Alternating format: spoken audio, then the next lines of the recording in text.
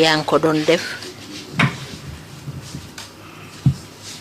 ak yàq gi nga xam ne ñu ngi ko doon def ci alal bu tollu ci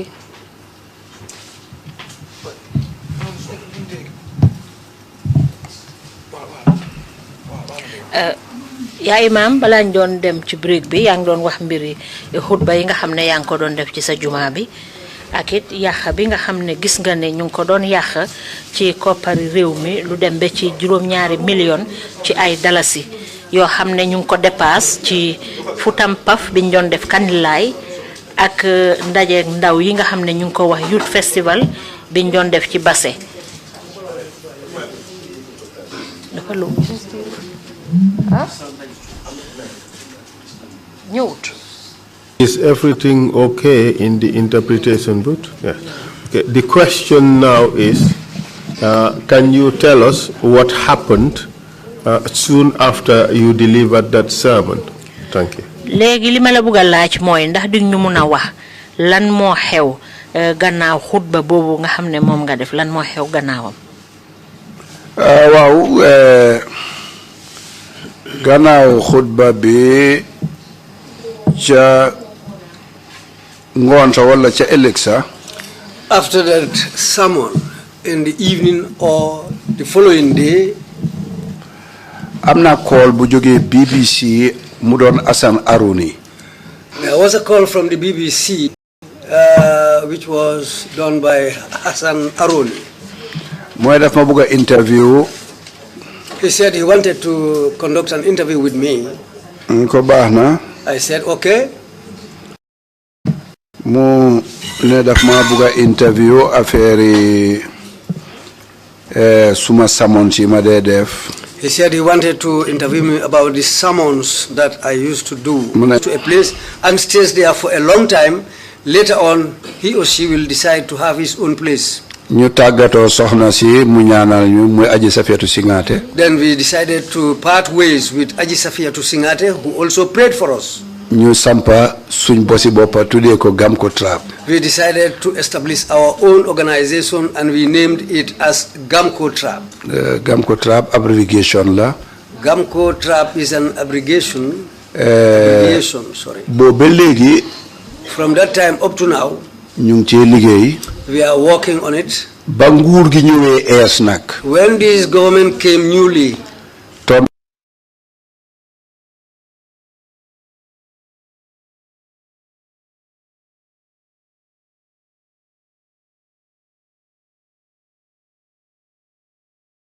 already fekk na man dégguma élimaane réew mi ñu bari.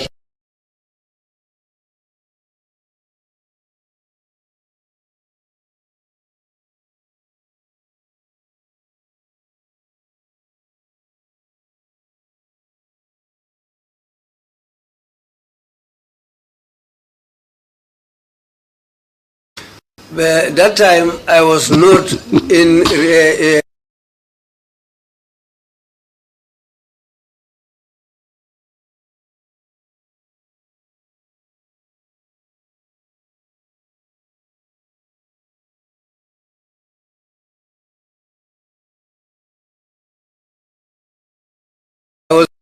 good relation with most of the imams.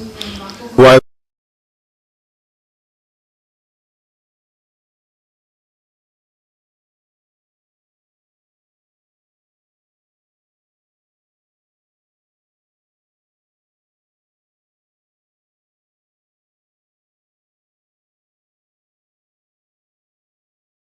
Was that the case? Lolu. Waaw ndax.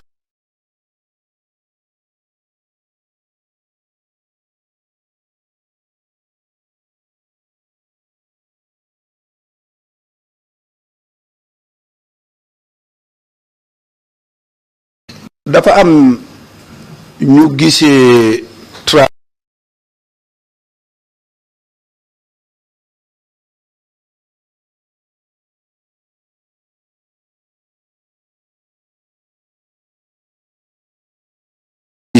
boobu diine. Some of them believed that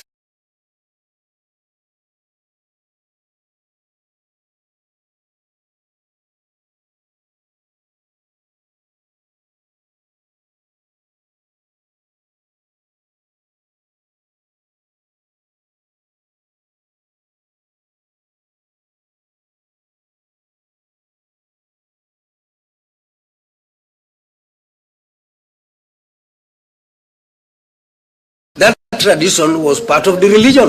Amna borom xam-xam yu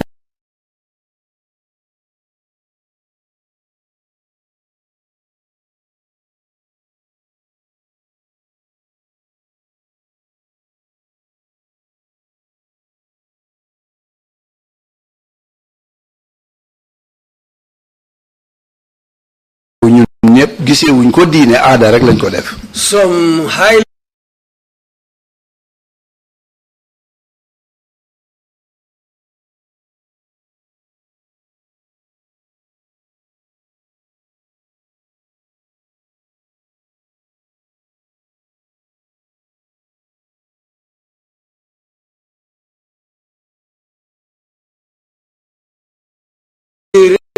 knowledgeable people saw it as a tradition, but it was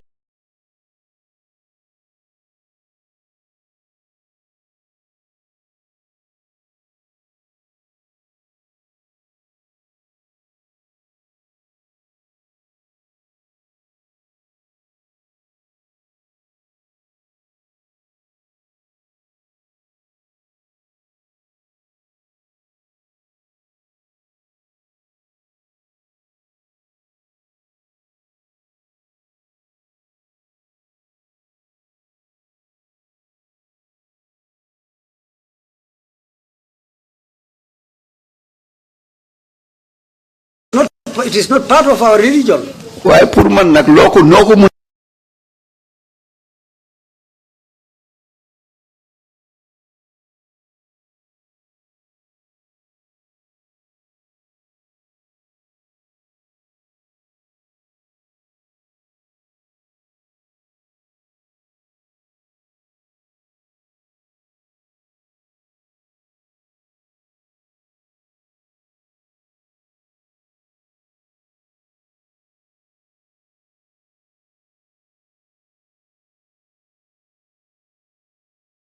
gisee rek But for me, however you see it, gannaaw dafay lore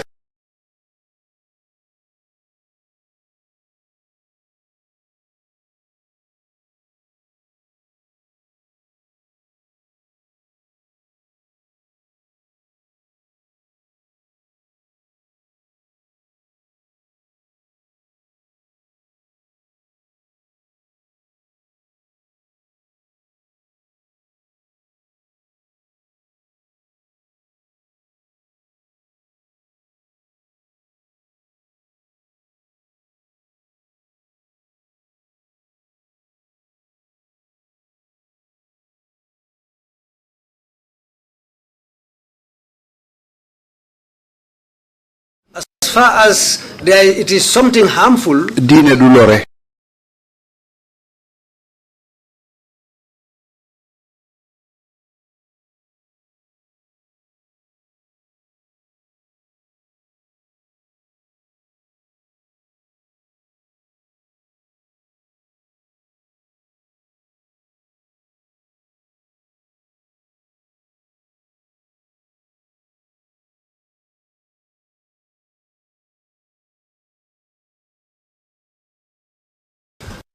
religion is not harmful. ñi ko tuddee set Those who called it cleanly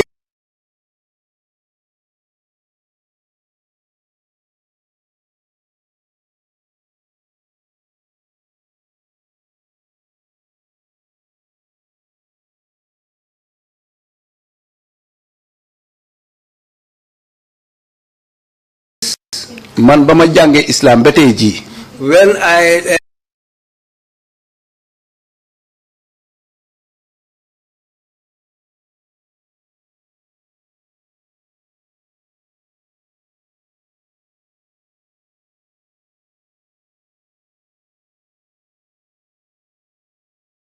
learned about Islam up to this present day, ndoxay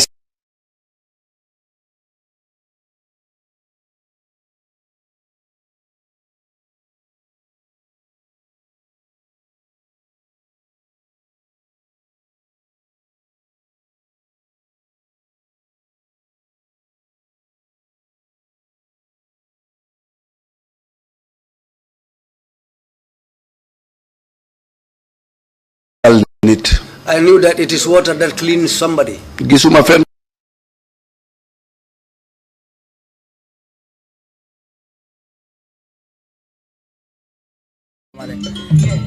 naba nyama ala crowd nyanda katambi nyina bakele comme menketa Q City bara according to adefango amanke adefango le programme nying sembendo ya bake ala dinne ngol ya sembendo ya bake so wala na raje ko it's normal because ngalo jari babora na programme do le play kan science and anata na so e momen yalo ngalo lonchin be kere mbi ayta programme do play. When I started initially to have this program on the radio, on the whole my father was listening to me. Baba nyibe mu oma baba. When I went home, he called me and said, Baba, are you the person I was listening to over the radio? I said to him, well, it is me. He asked me, what were you saying? I narrated everything to him. He told me, you are on the truth, you are on the path of truth, but it will be very difficult for you.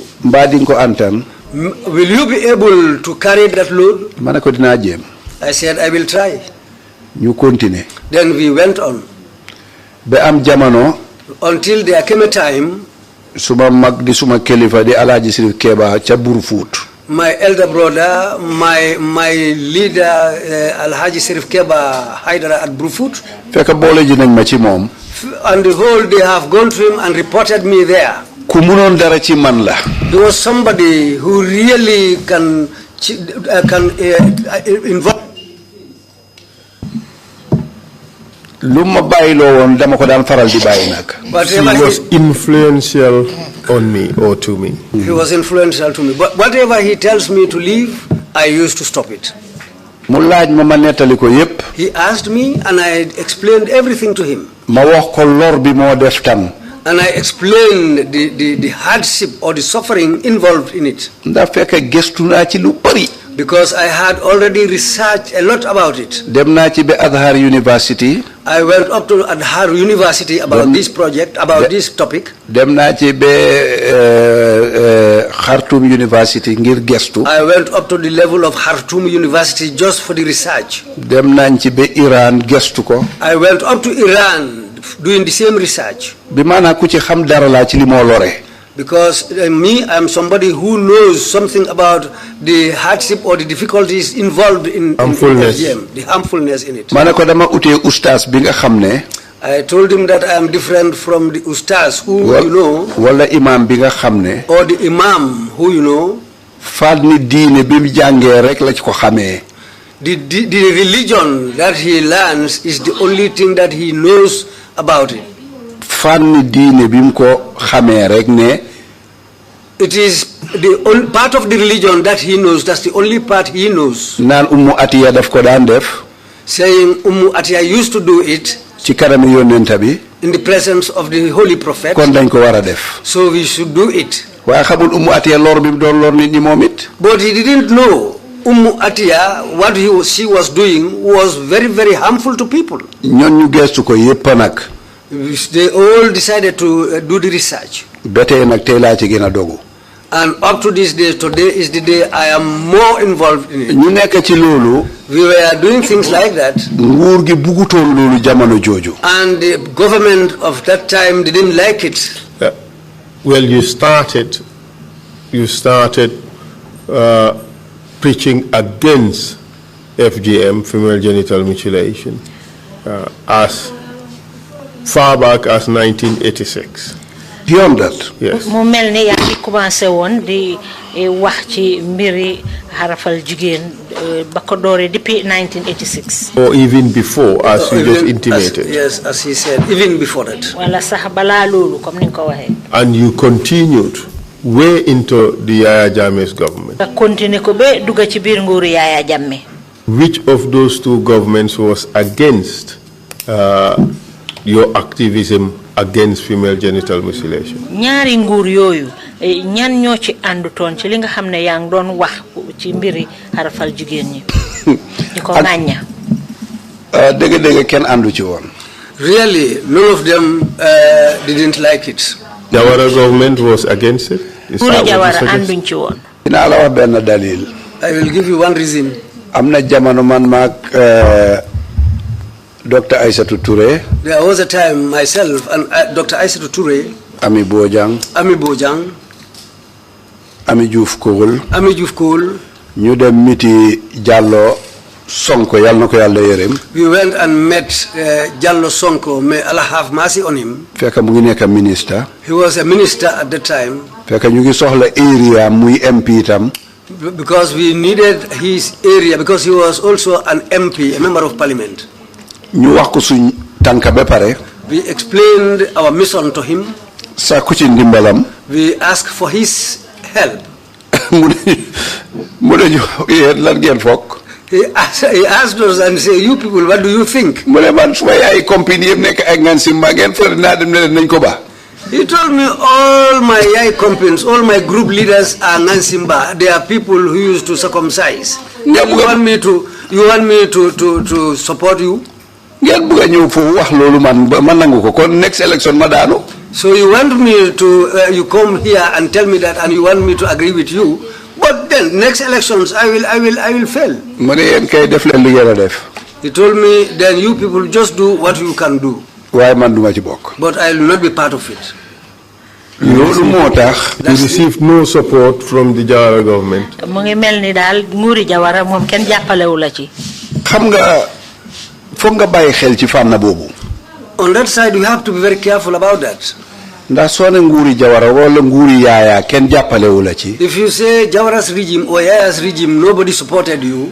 waaye di nga gis ne WHO is part of their projects. But you can see that WHO was part of their projects. te ñun government Ministry of Health ci seen boppa ñooñu daan jox ay contracts. And you see that the government, Ministry of Health, was the place where some of our contracts came from. pour ñuy def sensitization ci yooyu. So that we will go and sensitize people. mun ngaa wax ne su ci nguur gi àndutoon duñ dem. You can say that if the government was not part of it, then we will not go.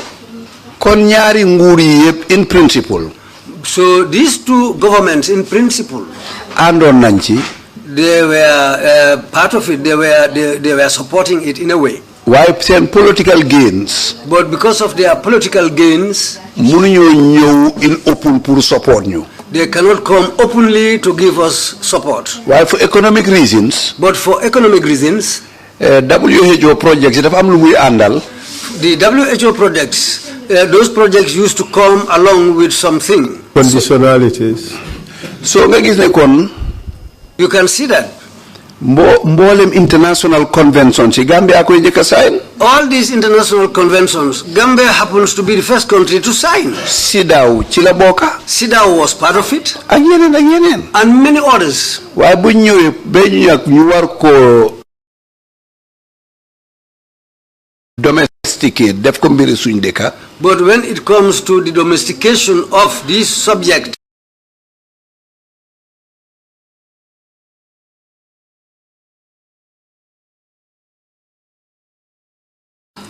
bu boobaa ñun ñooy saytu sensitization bi.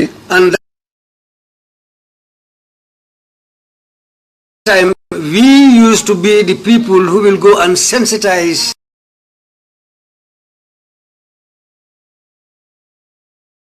the communities. so ñun la dëkk bi imaam yi xamul ni àddina si di dox.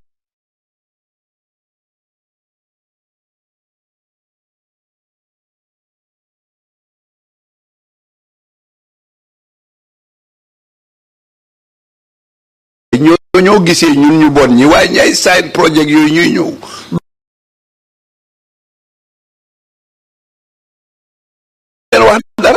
Because the imams saw us as the bad people, but those who were in charge of those projects are not like that. They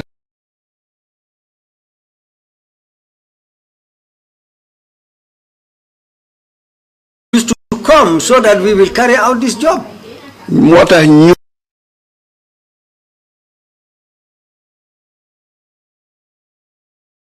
la ñoo saaga ñun la ñoo xas ñun la ñoo wax lu ne. So that this is why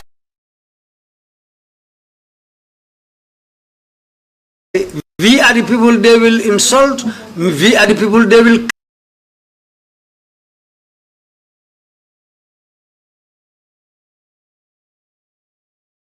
criticize and say all sorts of things about us.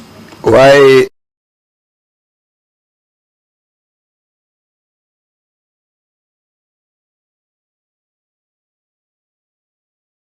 New man in particular. But we, especially myself,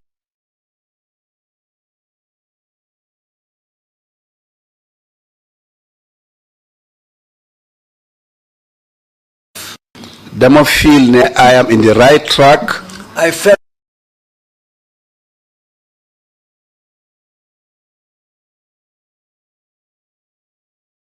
that I am on the right path. Teken munuma ci yengal.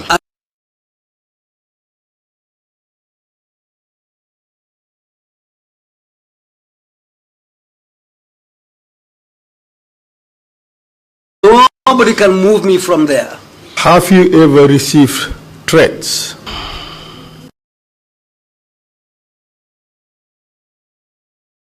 Or have you ever been improperly dealt with by the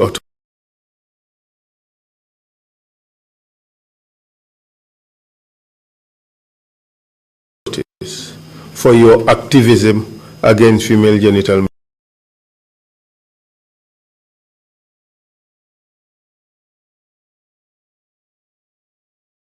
mutilation? Nganya gogu nga xamne yang ko nganya harafal jigeen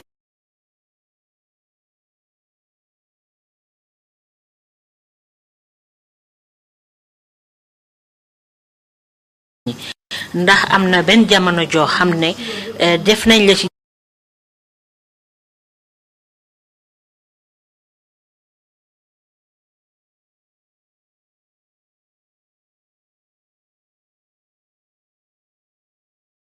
lo xamne andut ak loi bo xamne bayeko na ci kilifa yi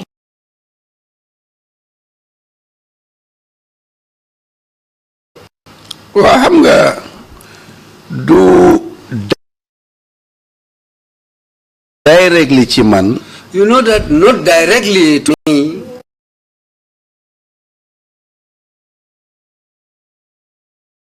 Ay juma joju nekkon State House ci jamono yaaya. But the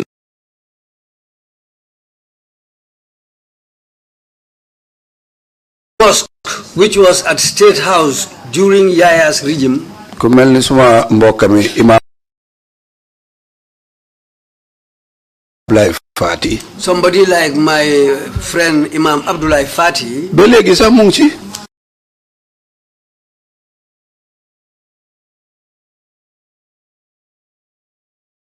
Up to now, he is still in it. Single-handedly daf ma tudda wax ma lu ko neex. Single-handedly, he used to call my name.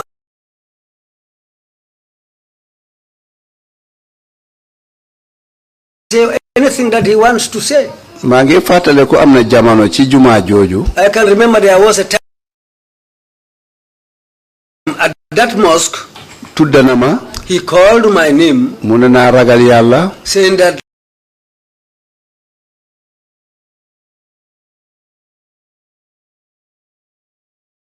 me fear Allah. Tubaab yi tax may wax lii. It is because of the white man. That's why I'm saying these things. Xaalis biñ ma fay. The money that they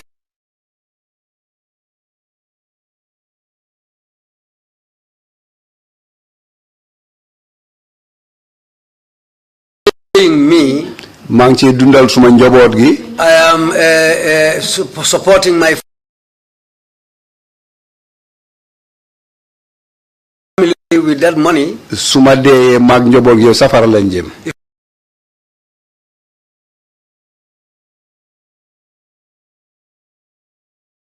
I die, myself and all my family members will go to the fire. Jamono jooju suma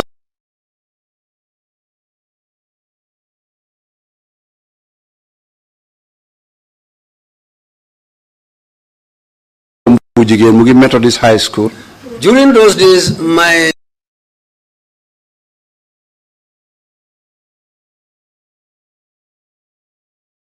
daughter was going to Methodist High School. Mu dem xale mi di ko ree di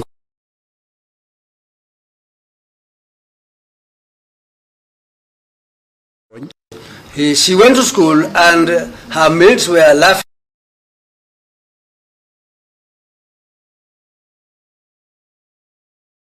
at her. They were teasing her. mu ñëw di jooy. She came home crying. Mu du demati school. She said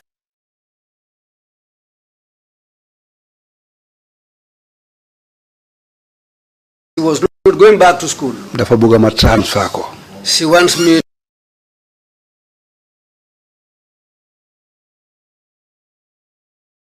to transfer her to another school. Ndax fii dañ ko géteen. Because they really disturbed her where she was. Am na ñu ko fa ooyee sa Imam Ablaye Fateh ngay ñëw.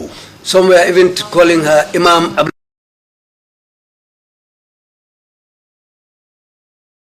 Fatih is coming.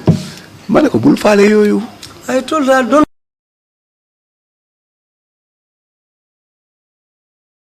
mind them. Ma naxante moom. I was able to talk to her.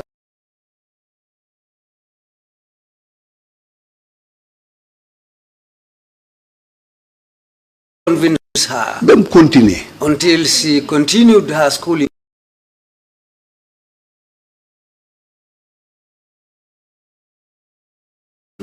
Tey fi ñu nekk nii. Today, where we are, Medical doctor la. she's a medical doctor.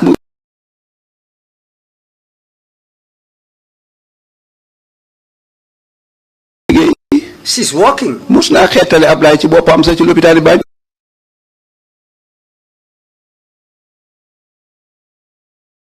She once even helped Ablai Fatih himself at the Banjul.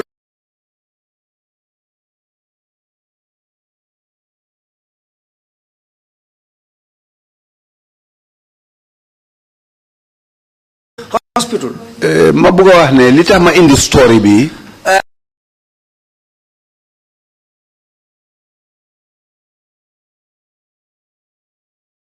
want to say why I brought this story. Ndax ñooñu gënoon a jege yaa.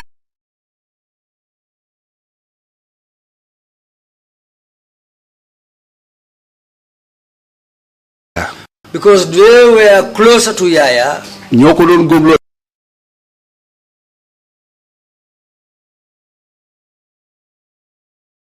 Abali tubaab bi la àndal. They were the people telling Yaya that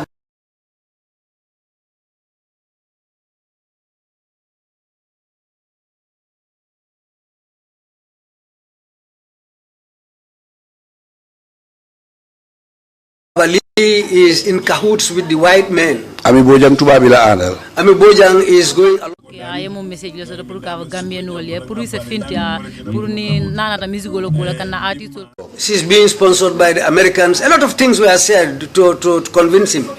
Apart from these indirect threats, did the government or authorities at any point in time do anything to you by reason of your activism against female genital mutilation? Gannaaw xuppa yooyu nga xam ne moom nga doon jot ndax nguur gi def nañ la dara loo xam ne daal mu ngi aju ci li nga xam ne yaa ngee ŋàñña xarafal bi ñoo xarafal jigéen ñi. ba bañ may jàpp. Up to the time I am being arrested. Amul benn jot reveal na boppam. Afterwards it revealed itself. Man Yaya daf ma bañal boppam. Me, Yaya is just hated me. Daf ma bañal boppam te Yàlla tax. He just hated me and for nothing, just because of God. Ndax toppana ma ci gàmmu yi ma doon def. Because he followed me about the gamos that I was doing. Ba nangu gàmmu googu. Until he took out that gamo. Lii dafa nekk out of the report sa lii doo ko fekk ci report bi de li ma la wax si nii. This is out of the report. What I'm going to say, it's not part of the report. I know. Go ahead. Amoon na jamono waa Bruce bi. There was a time people at Brusubi ñëw ne dañ bëgg ma gàmmool leen. Came to me and said they want me to go and do a gamo for them.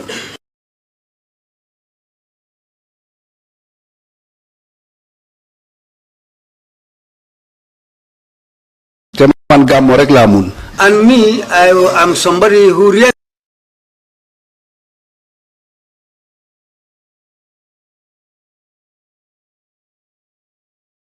can do gamo.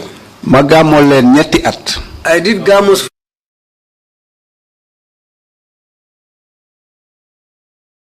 for 3 good years. Mbooloo mi rëy lool. And the crowd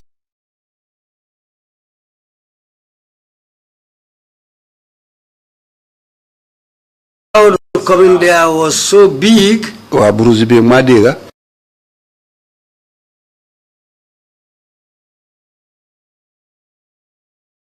The people at Brusubi are listening to me. Ambes. There was a day. Ya ci bopam.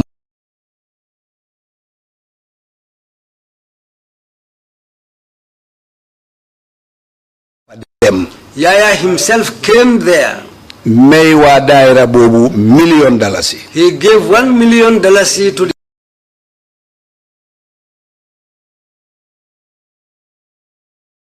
daira. May jigéen ñooña $1 million ne pour seen.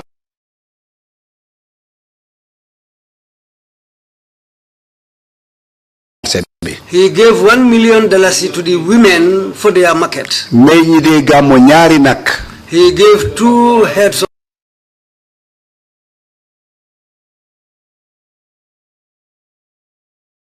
cattle to the people who are responsible for the gamo. Ne leen ren gamo gi maa yónni ku koy gamo si. He told them, this year I'm going to send somebody to you who will do the gamo. Lima wa ñu ko dega. What I'm saying, people are listening to it.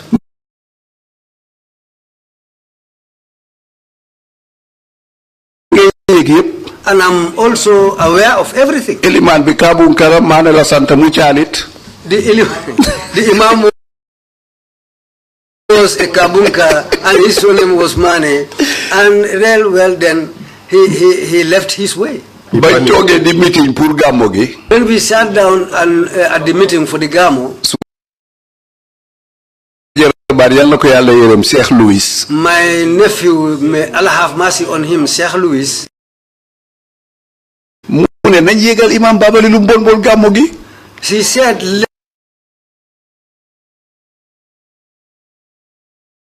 inform Babali, whatsoever the case may be. Imam Mane right now. Imam Mane is listening to me. He is at Brusubi right now.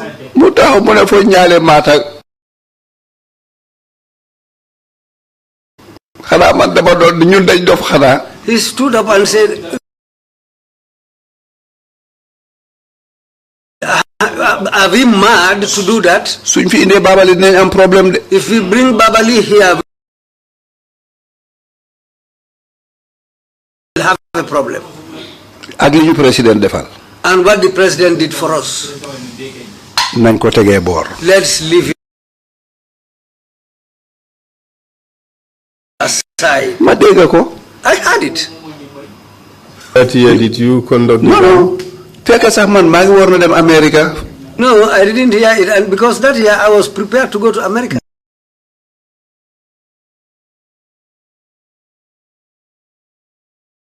I was just waiting for that gamo. Then I called that Imam and told him that I am traveling.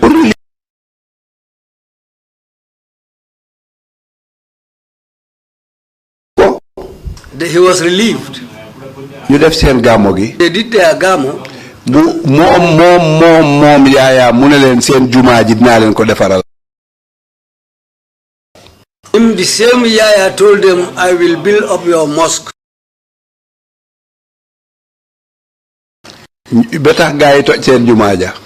Until to the point, decided to break down their mosque. Right now, up to now, the mosque is not ready.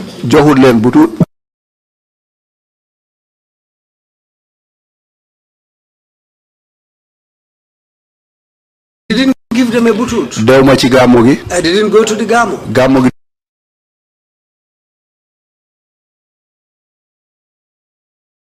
The gamo started dwindling. Going down.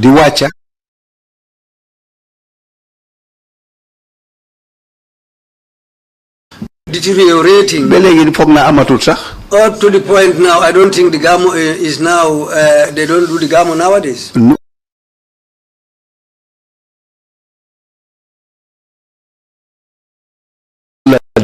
This is how things went. That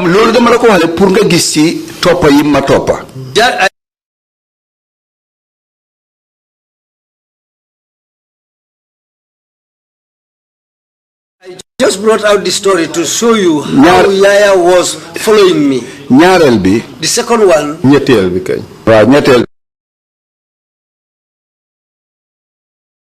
third one. waxoon naa ci report bi the Ideal Wife programme boobu. I said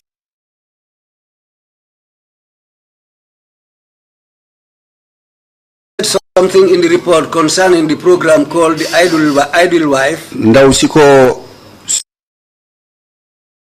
sima ko seexaloon xawma naka Haydara. Ami Haydara. The presenter of the program, Ami Haydara. Binta Haydara. Okay. Binta Haydara. Okay.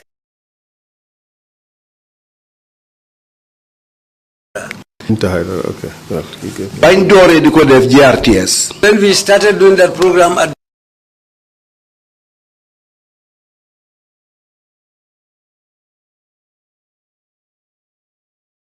GRTS. njëlbeenu yoon bi dama ñëw nekk guest speaker bi. The first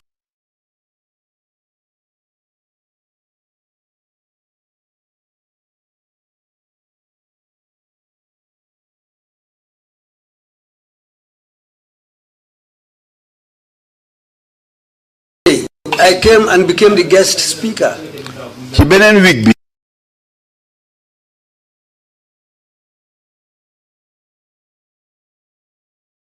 The following week, ma ñëwaat. I came back record and recorded the program. ba waxtu bi jotee.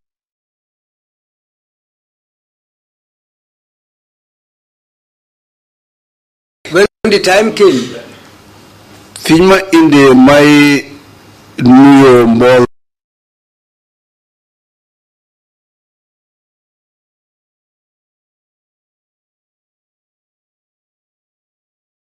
déglukat yi. the part where I was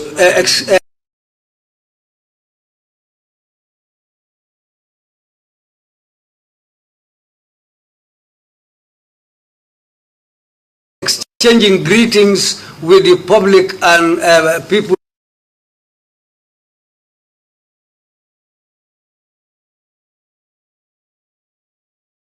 who were there. The audience. The audience, yes.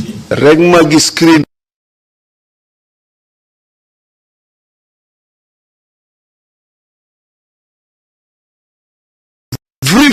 Then I saw the screen go off. ñu génne ma.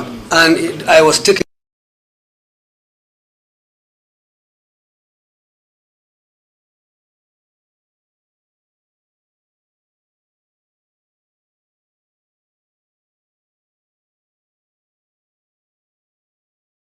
Out. ñu bind to be continued.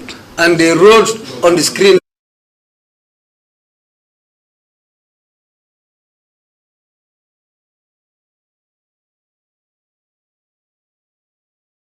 To be continued. ma call Modou Sagnang yal na ko yàlla yërëm.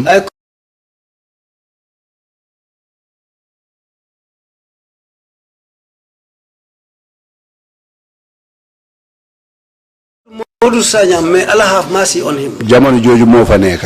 He was the DG during those days.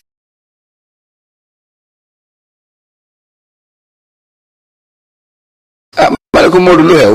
I asked him, Modou, what has happened? ma ne ko ñu.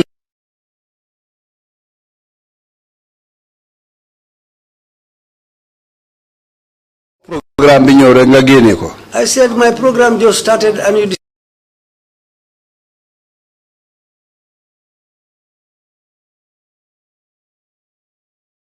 decided to stop it. mu ne ma Maodo. He said,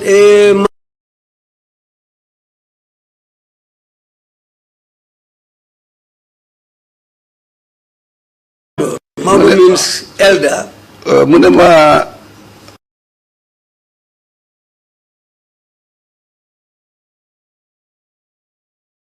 li xew yi mënuma la koo wax. He said, what has happened? I cannot tell you that.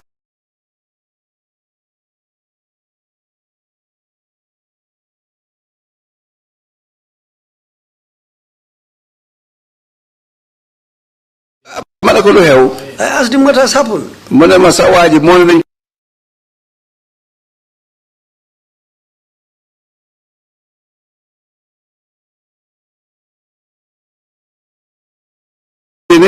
He said, the man, he told us to stop your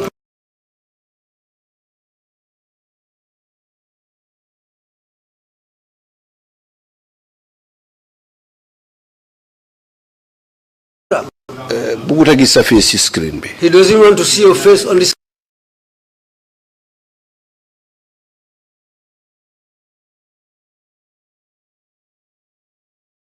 Monemate nga am problème ma am problème dina metti. He said,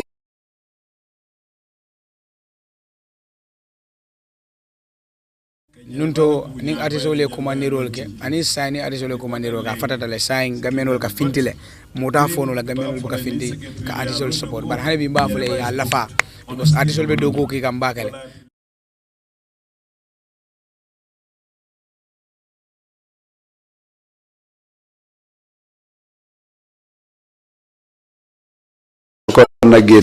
I said to him, then stop the program.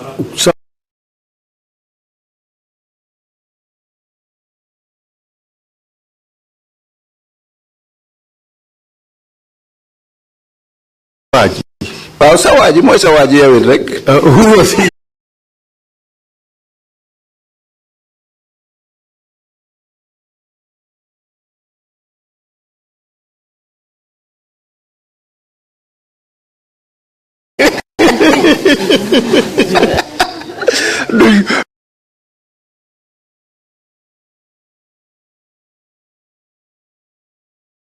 Tuda yaa ngi dégg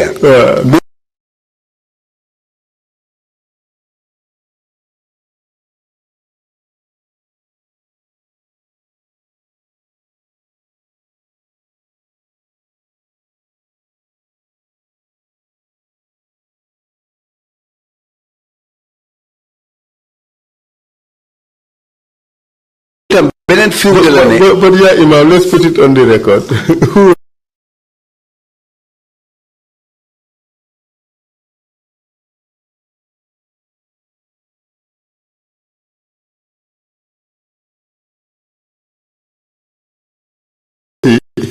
Sawaji.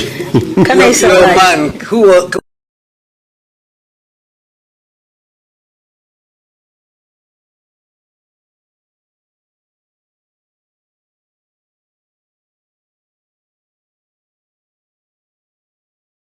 who was your man?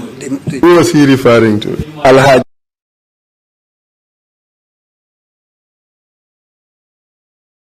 Just to reveal to you.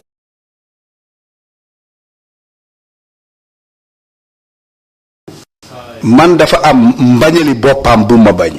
Me, he personally hated me. Te wax na ko it. And he also said it. ñetteel bi wala juróomeel bi léegi wala ñeenteel bi the fourth one. sumay mbokk jóge nañ ba Fuuta Tooro. My relatives came all the way from Fuuta Tooro. ñii Dakar. Others came from Dakar. ñu ñëw ñaan ma ñaan suma yaay. They came, appealed to me and appealed to my mother. ne dañ bugga ziyaara bi ñoo def Gunjur ñun taalibe Tijaan yi njobooti Cheikh Umar bi dañ bugga ma saytul leen ko. They said the Gamo or the Ziyara they used to do at Gunjur, they want the talibes of Cheikh Umar Foutiou to be in charge of that Ziyara or Gamo. Yàlla xam na ne dama bañoon. God knows that I refused initially. Man yëfi daayira munuma ko.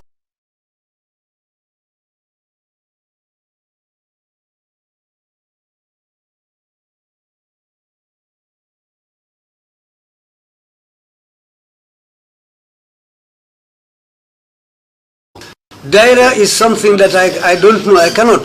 Lima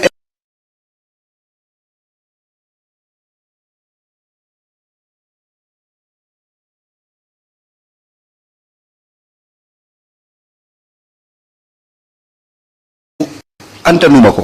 What I've been loaded with is to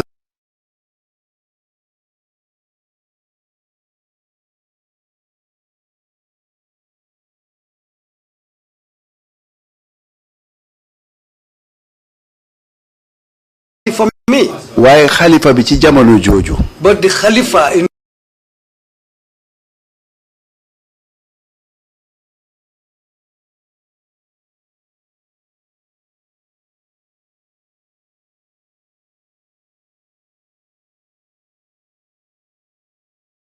foye fintina ninga soul organize na nga fandi madula tay because like if a foreign artists support nyami ni ndol fana support we can do it. It's a kubal keno so atula support level. So ninga kumaniro ke findi ye dango molma na bigiri bajaro. Okay, abaraka wage. In those days, jaar ci suma yaay went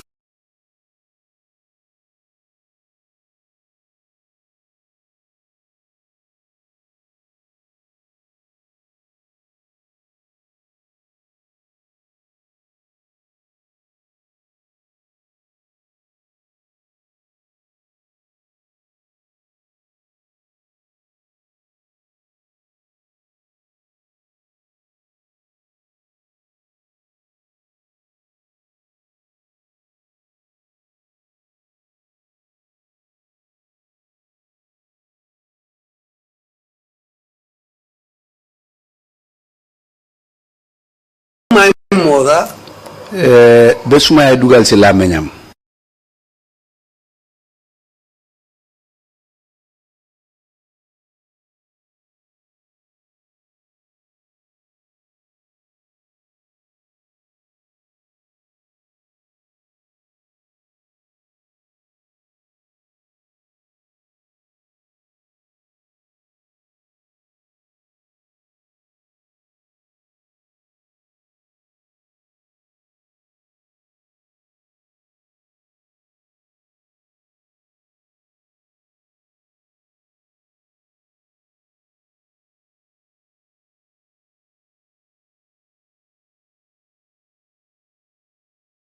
Gambian child. Gambian child. Fan sul fanang kondono. Okay, so ite a feel nya dile kana perform. suma yaay dugal ci làmmiñam to the point my mother also intervened. mu ne ma dama laa ñaan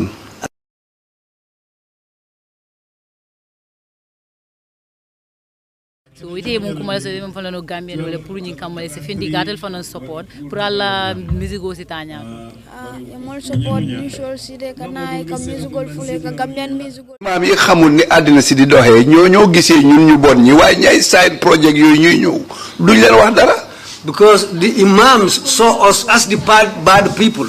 But those who were in charge of those projects are not like that. They used to come so that we will carry out this job. moo tax ñun lañoo saaga ñun lañoo xas ñun lañoo wax lu ne So that this is why we are the people they will insult, we are the people they will criticize and say all sorts of things about us.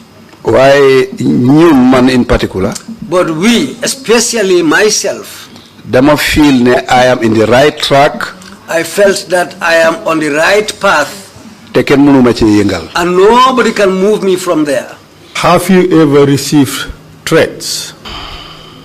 Or have you ever been improperly dealt with by the authorities for your activism against female genital mutilation?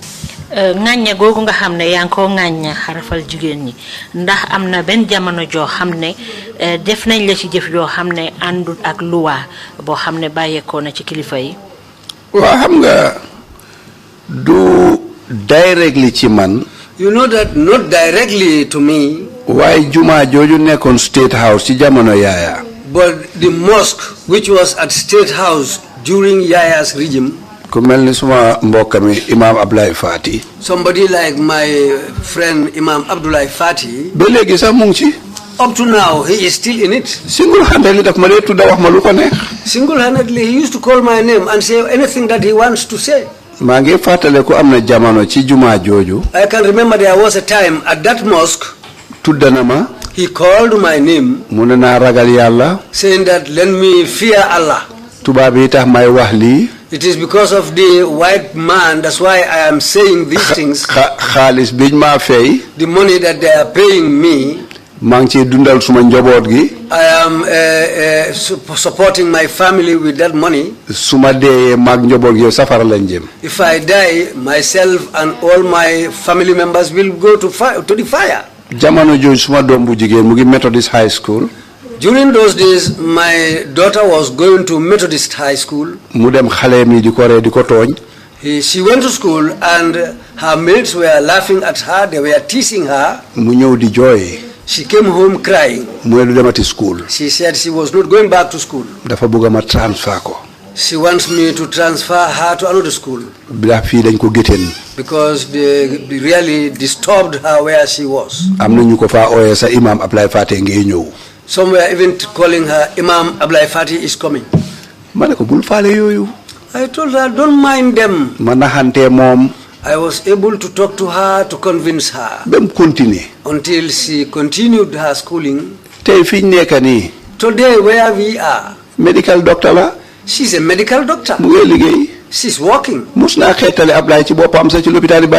She once even helped Ablai Fati himself at the Banjul hospital. I want to say why I brought this story.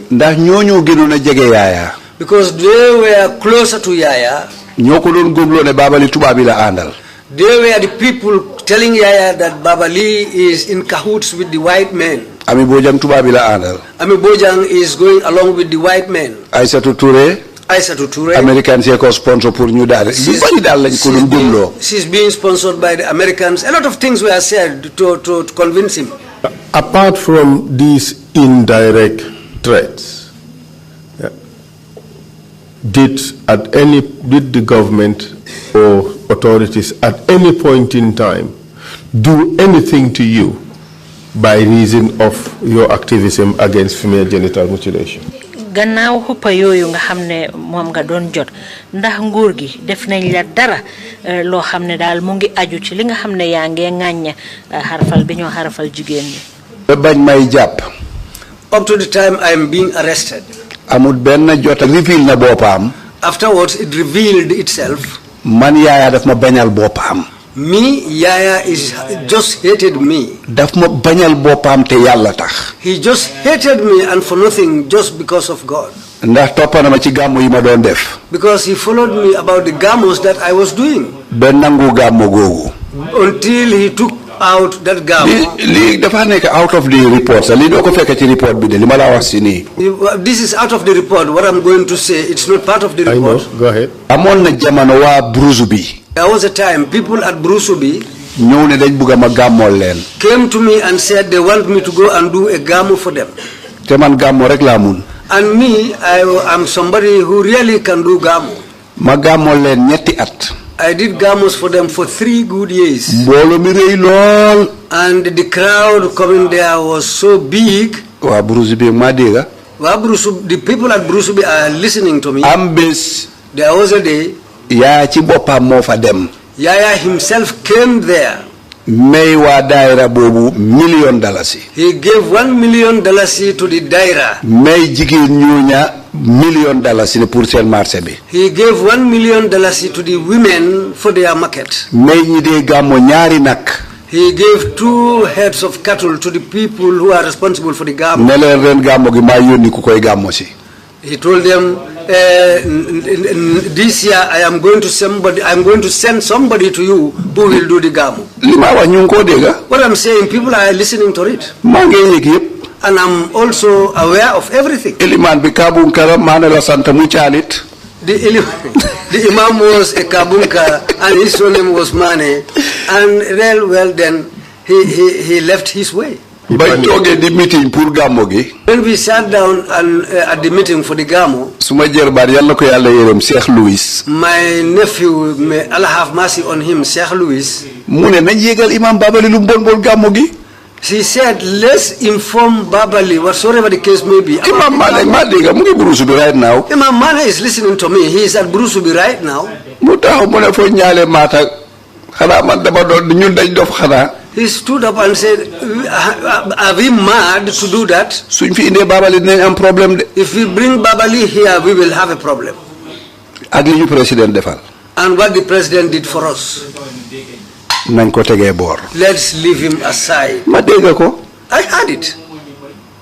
That year, did you conduct No. No, I didn't hear it, and because that year I was prepared to go to America. I was just waiting for that gamo. Then I called that Imam and told him that I am traveling. He was relieved. They did their gamo.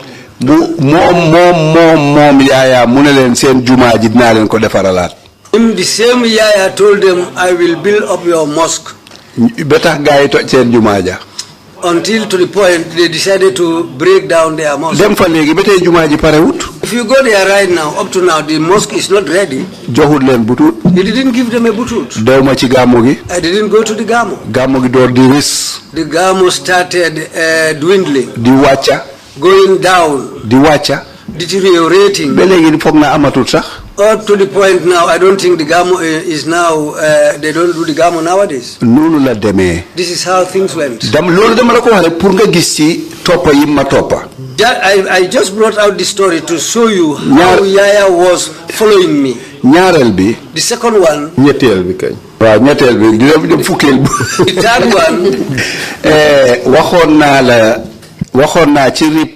the ideal wife program bobu. I said something in the report concerning the program called the Ideal Wife. Ndaw siko simako se xalon xawma naka Haidara. Ami Haidara. The presenter of the program, Ami Haidara. Binta Haidara. Okay. Binta Haidara, okay.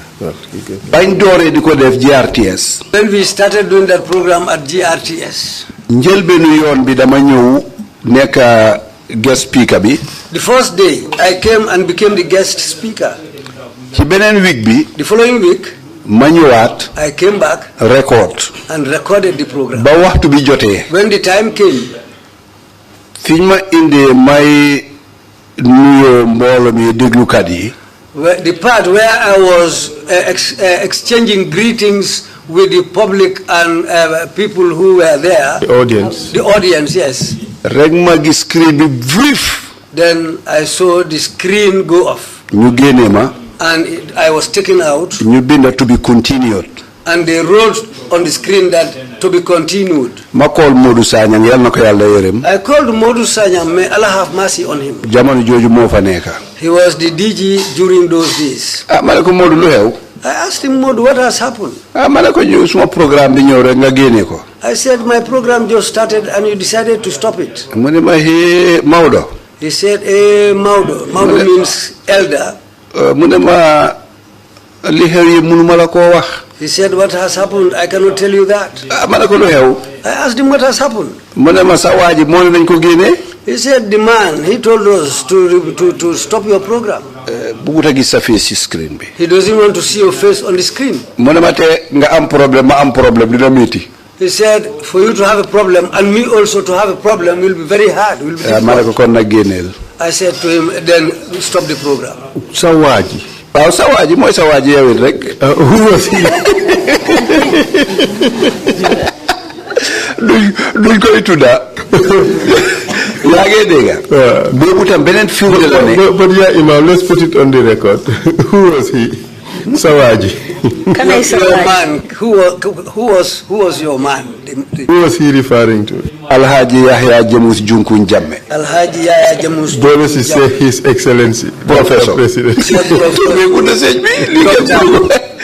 Léegi loolu dama la ko jox pour firndeel la ne. I said this just to reveal to you. Man dafa am mbañali boppam bu ma bañ. Me, he personally hated me. Te wax na ko it. And he also said it. Ñetteel bi wala juróomeel bi léegi wala ñeenteel bi. The fourth one. Sumay mbokk jóge nañ ba Fuuta Tooro. My relatives came all the way from Fuuta Tooro. Ñii Dakar. Others came from Dakar. Ñu ñëw ñaan ma ñaan suma yaay. They came, appealed to me and appealed to my mother. Ne dañ bëgg ziara bi ñoo def Gunjur ñun taalibe Tijaan yi njobooti Cheikh Umar bi dañ bëgg ma saytul leen ko. They said the Gamo or the ziara they used to do at Gunjur, they want the talibes of Cheikh Umar Foutiou to be in charge of that ziara or Gamo. Yàlla xam na ne dama bañoon. God knows that I refused initially. Man yëfi daayira mënuma ko. Daira is something that I don't know, I cannot. Lima enu antanuma ko. What I have been loaded with is too heavy for me. Waaye Khalifa bi ci jamono jooju. But the Khalifa in those days jaar ci suma yaay. Went through my mother. Ba suma yaay dugal ci làmmiñam. To the point my mother also intervened. Mu ne ma dama laa ñaan. Said to me, I am appealing to you. Ñi sa mbokk lañ. These people are your relatives. Te Gambien ci nekk fii ñoom ñoo ne ko jox. And the Gambians here said it should be given to you. Jëlal rek. Take it. Ngeen def ko. And do it. Benn yoon ci at mu ne jafewut. Once in a year, it's not difficult. Ah, ma ne ko baax na. I said okay. Ñu am meeting. We had a meeting. Meeting bu musa am rek. Whatever meeting we have, ànd naa fa suma xarit yi. I used to go there with friends. Ku mel ni Imam Omar Ba. Like Imam Omar Ba. Ku mel ni Imam Ahmed Fall. Like Imam Ahmed Fall. Ak ñeneen ak ñeneen. And others. Ñoom ñu won ma niñ buggee. They showed me how they want it. Ma ne Khalifa bi fii Gambia la fii du Sénégal de. I told the Khalifa, this place here is Gambia. This place is not Senegal. Ma ne ko man balaa ma cee duga. I said, me, before I go into this, dañ koo def mbootaay. we will form an organization. ñu register ko. And register the organization. Amal ko tur.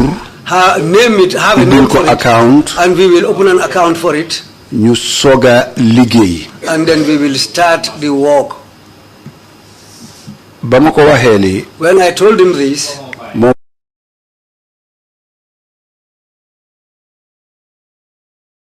Khalifa bi jamono jooju Ceerno Habibu Taal. The Khalifa in those days was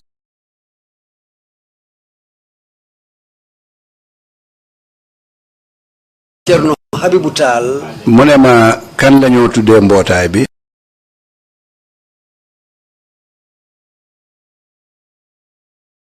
He asked me, whom are we going to name this association after? Ma ne ko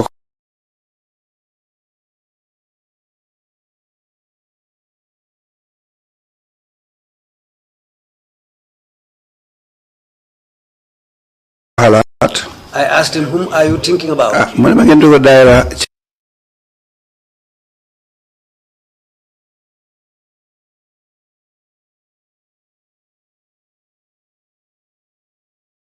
Habibu Taal. He said, you can call it Daira Ceerno Habib.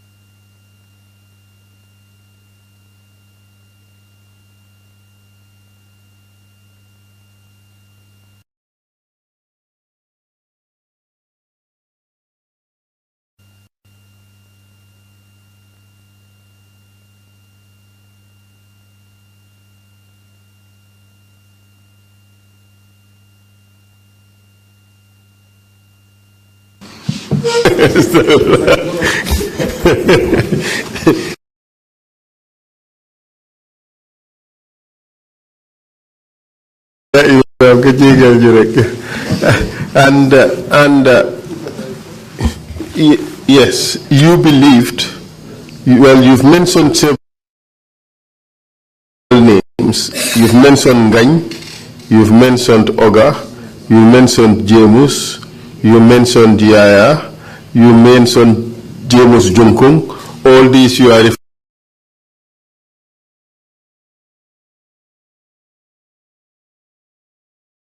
referring to the same person, including Koko, including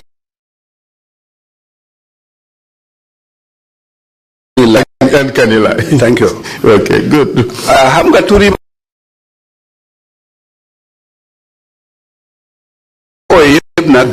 You know, all the names I called him by, ay turam la de. they are all his name. Bama ko ham. When I knew him, Lu yag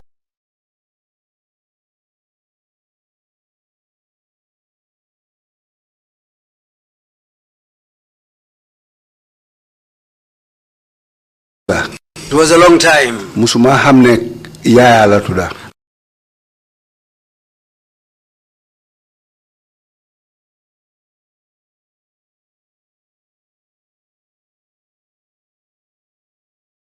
Never knew that he was called Yaya. Kanila la ko hame I wo. used to call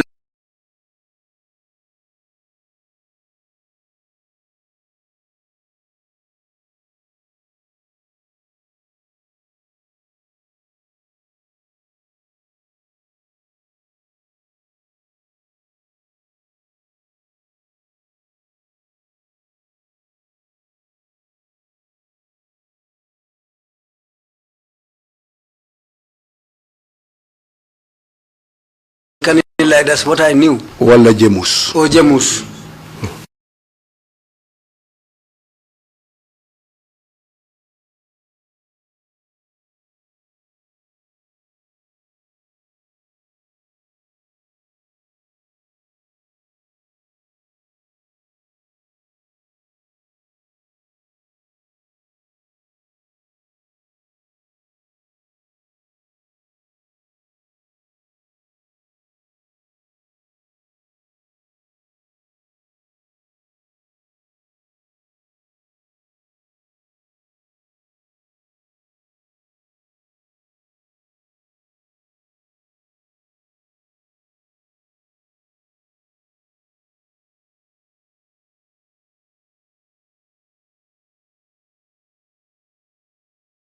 Pewon dang ko fulalon. Waaw xam nga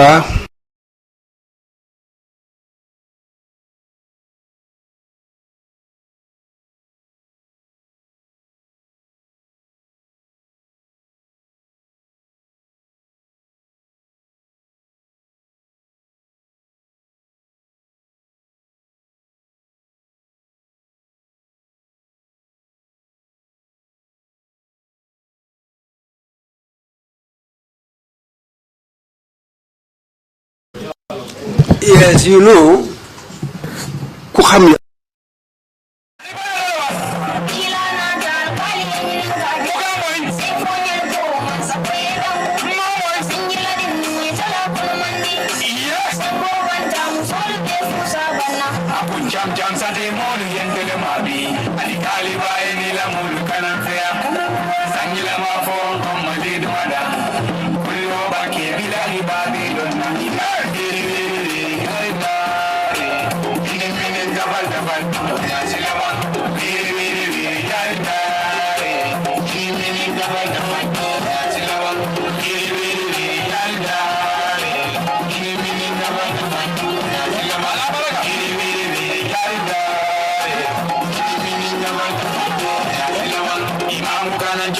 Imam Kalin Jabas, Italy Malon, Jumale, Konomandiro, Italy from Babel, Imam Yasanga, Konom Bala, Imam Daddy.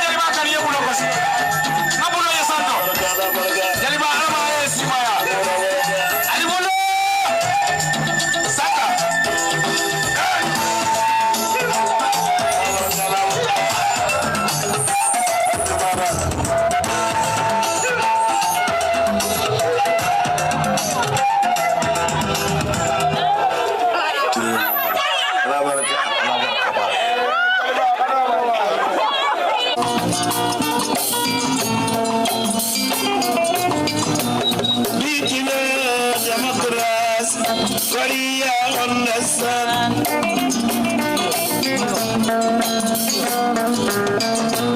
Beating Democrats, Korea comprend.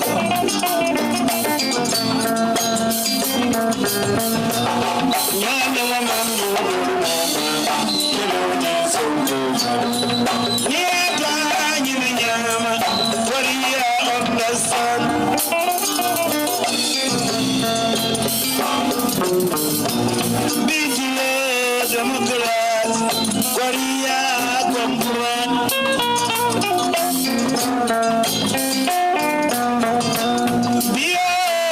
Democracy, Korea comprend.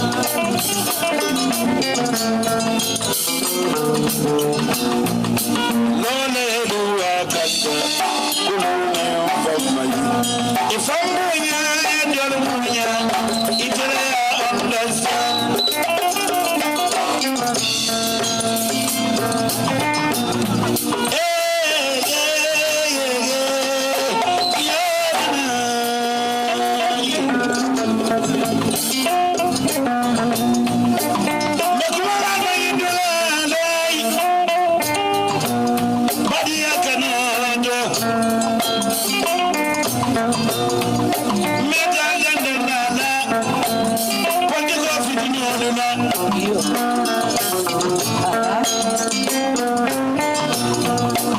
Democracy, me understand. Niman kuke kuda gelena. Ibelo la leni wakanda. Kuni mfama yikono, ifamunya yetu lukunya. Ine democracy.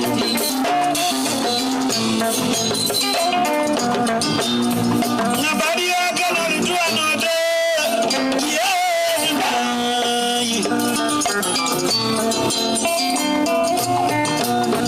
Nobody can only do another. But I don't like your mother, Bankinyala. The corner Kundiba, Rasul found the Indula Banke. Rasul Lego, Aldadunariana. Fonali Tomandida, Altajoha Minula Fana, Fonali Yokano,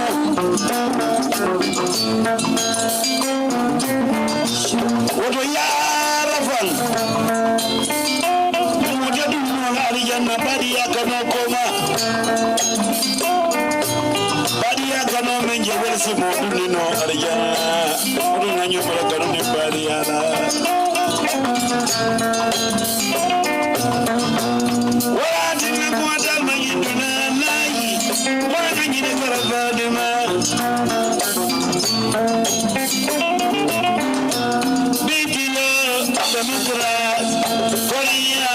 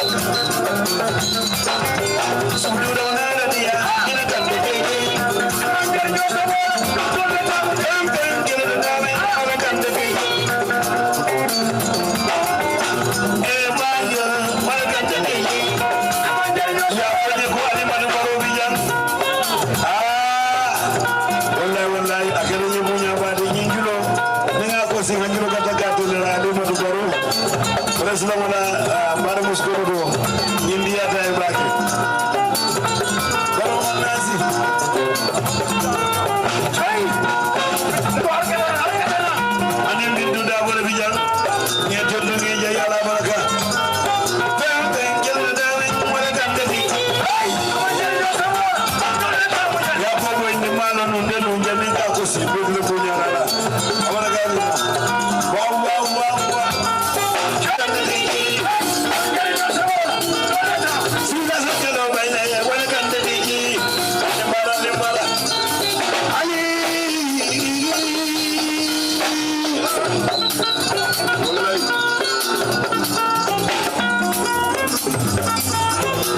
Animbala. Tuna moro baraka. Wallahi. Jatuma batuma gai. Jatuna.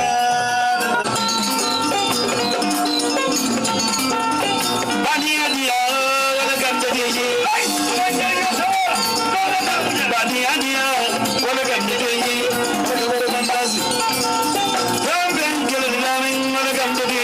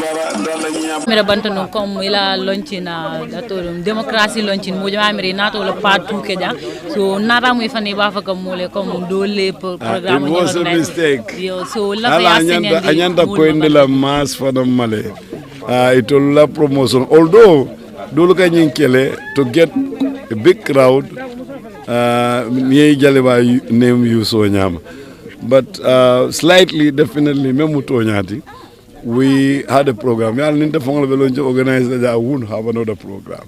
But yeah, trying a program do so. But it will initiate. Yeah, so how Obekela Nyari ko bayri ngala dinale ibe mission Jamal Letala to play first. By the time those people close, Asara Jalibana wa to sit. So nyine keta mistake what. Well, in a secretary agreed to wala so ndoltara gala dina nyen. Wona da late.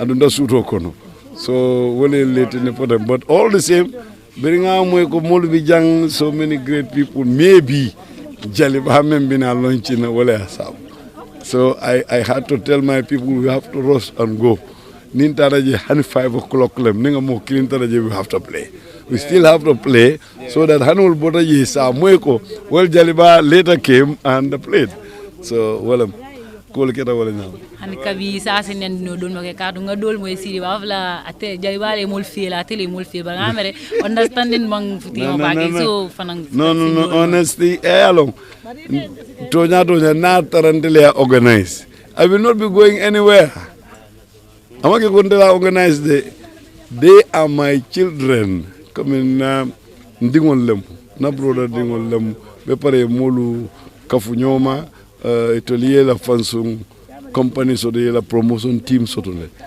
but ibe nganya kanale which I accept.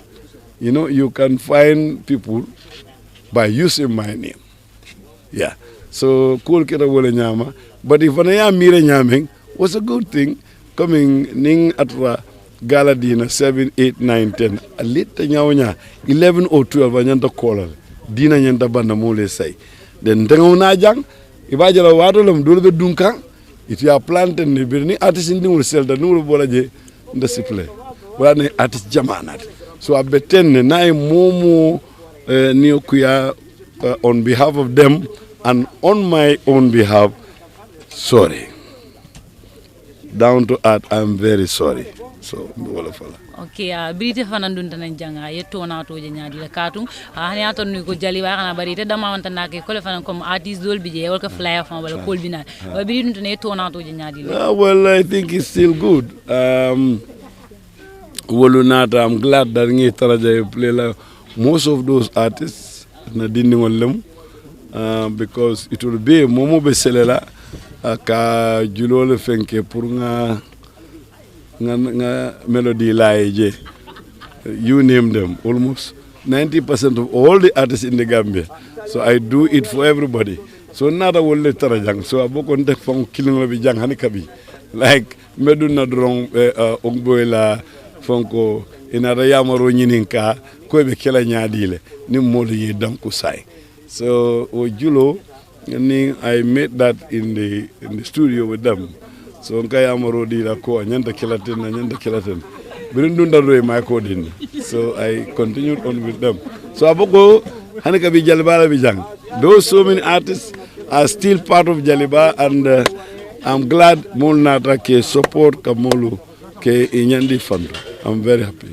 Okay, yani ni ajiwi fana nga kebala muide yani mfana kebala muide Gambia musical industry kono sa isa mu yamare dinna fayno ni artist bari sa artist o tiara nda dinul siate kono yemu advice so des min foyno saintente well mbe yamarla ko na ado nga tuje because nintul kebal damma yamuta like when we are out of the scene nintul the scene to kotake abe koleyalale that means abe falale so okay jamano yeah is important jamano is important because mo be ikawole muto kuningoti bi nyanda Nigerian le imitate la nyanda American hip hop le imitate la nyanda rap le imitate la but then if you are doing those things hanikabi why not use our halams our talking drums our chorus our balafons and create a rhythm it cannot bondi completely because muna kanake most of the time ite wol muta jang ko wole kuni muti sai because dunia modul be wole kan you cannot shine there you can only shine there when you have the cultural ones yes because you take a menke they've seen that thing this they know that more than you they're used to it so maybe it will not work outside before you can cross the border of the Gambia and another border akakoleale so nyinatina I made it through the borders very easily with the Kora so mbo yamaro dila so that it can culture fight totally yeah try cultural instruments ye include nima kosino e mo nyine ba kosila so that they see dundi la kolokon okay anim fana nga ni nata yimu yamare soto ise min di Gambian ul fonla pour nyi kamale mako pour que artist ul support ha mako ndi artist ul wol je kumata bak kunum fantata ye awodo dina Senegal ko le nata ya dina ye awodi musangom fanana that is FGV ila fonko company to mo walati ye shieldi intela ya di musangom la mol la menata represent in fact dole bi je Gambian ko lem e koy maluta because Jani Senegalese will be willing and Jana to do those things here. Gambian ko le nyanta wo kela. Normally they tend to get slack about musicians. So membi jedron ke ya mari walla ila mo eta ina be nyokan kilim fula iko ya ye fanke ko pasitala or you don't want to see the individual anymore on stage na fatara in other countries ike janne muta ka kele ka itande ko well nte donne sinyi mako eno ay tañato anu ni meñu mako ka pra tañato nte nyi jubela as an individual ko man la fay tañato no ni okay aboko ka gambele saba ni gambe borole ka wala den ko muta ko me ka saba because the moment gambe to funtita wala karora rek cool sita santo gambe fu sita santo but ni individual jube ita kenola tinyaro sike like ninga mama ndi jamu be siri suo kono memba ko se kande san asamira ko tata fendi ala ko be setinya ñin kal ko wala ñinti démocratie fera a launch jamal le ko malo ñin launchin do ñani dolu la ele jedo ha well nde ma fo de mo le afo ko inena ma ñu ñoo yeah wala boya yeah that's the agreement mo be wala yeah be jikri ñina skeno like kuma ko ngol min ba ko na we nafa basila jamano ma yes like democracy Korea understand ñoo ngoma modol ngoma keloni sonko fana ni ata ñini ñaw Korea understand and fa understand le ni wonte wado ko mo solo be tar la jang isi kundi ngel ron nga ñoo muta kulambe ñoo hitri ngo democracy lam wa adra wonte nko ibelo la le luwa kanta kuluni famma jiko no ye fambunya e dolu bunya that is democracy ni man ku kuta kilela but ni ko no is democracy now simu tamoko so no then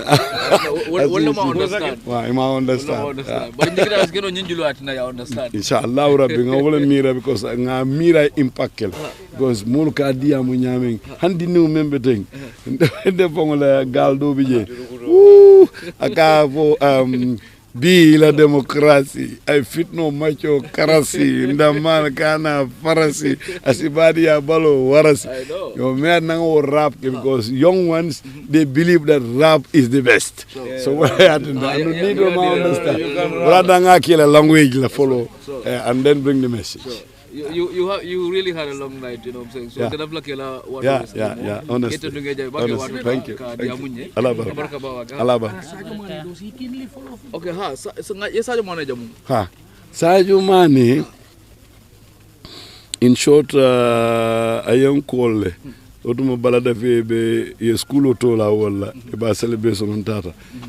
Yara meta nyine la man sotono bito Musa kuyata soto sejo. Ibortana ko Sadio ka lafta ya ko Sadio juma ko Sadio Mane ko ringalo e ko nya football la membe angal ko Liverpool ko ha wartam fe bak so ni Sadio diamuta akonya na keba inene nata bambali wotu mom be 10 years no wolum fay man son ngata akonya beru wato be kanore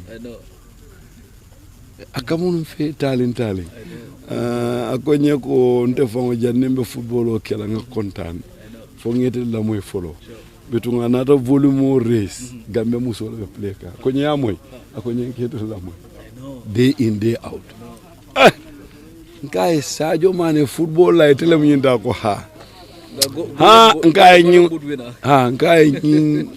nyi tambitan ko la nkai bot yanin ka tende batu ngeni mbara ngetendu karna ya wulindi ya balundi akonye na keba mbetere sinono nkala exact words le foite akonye mbetere sinono because it last start kana ya balundi akonye ni wembina wala daka lafta nga benje then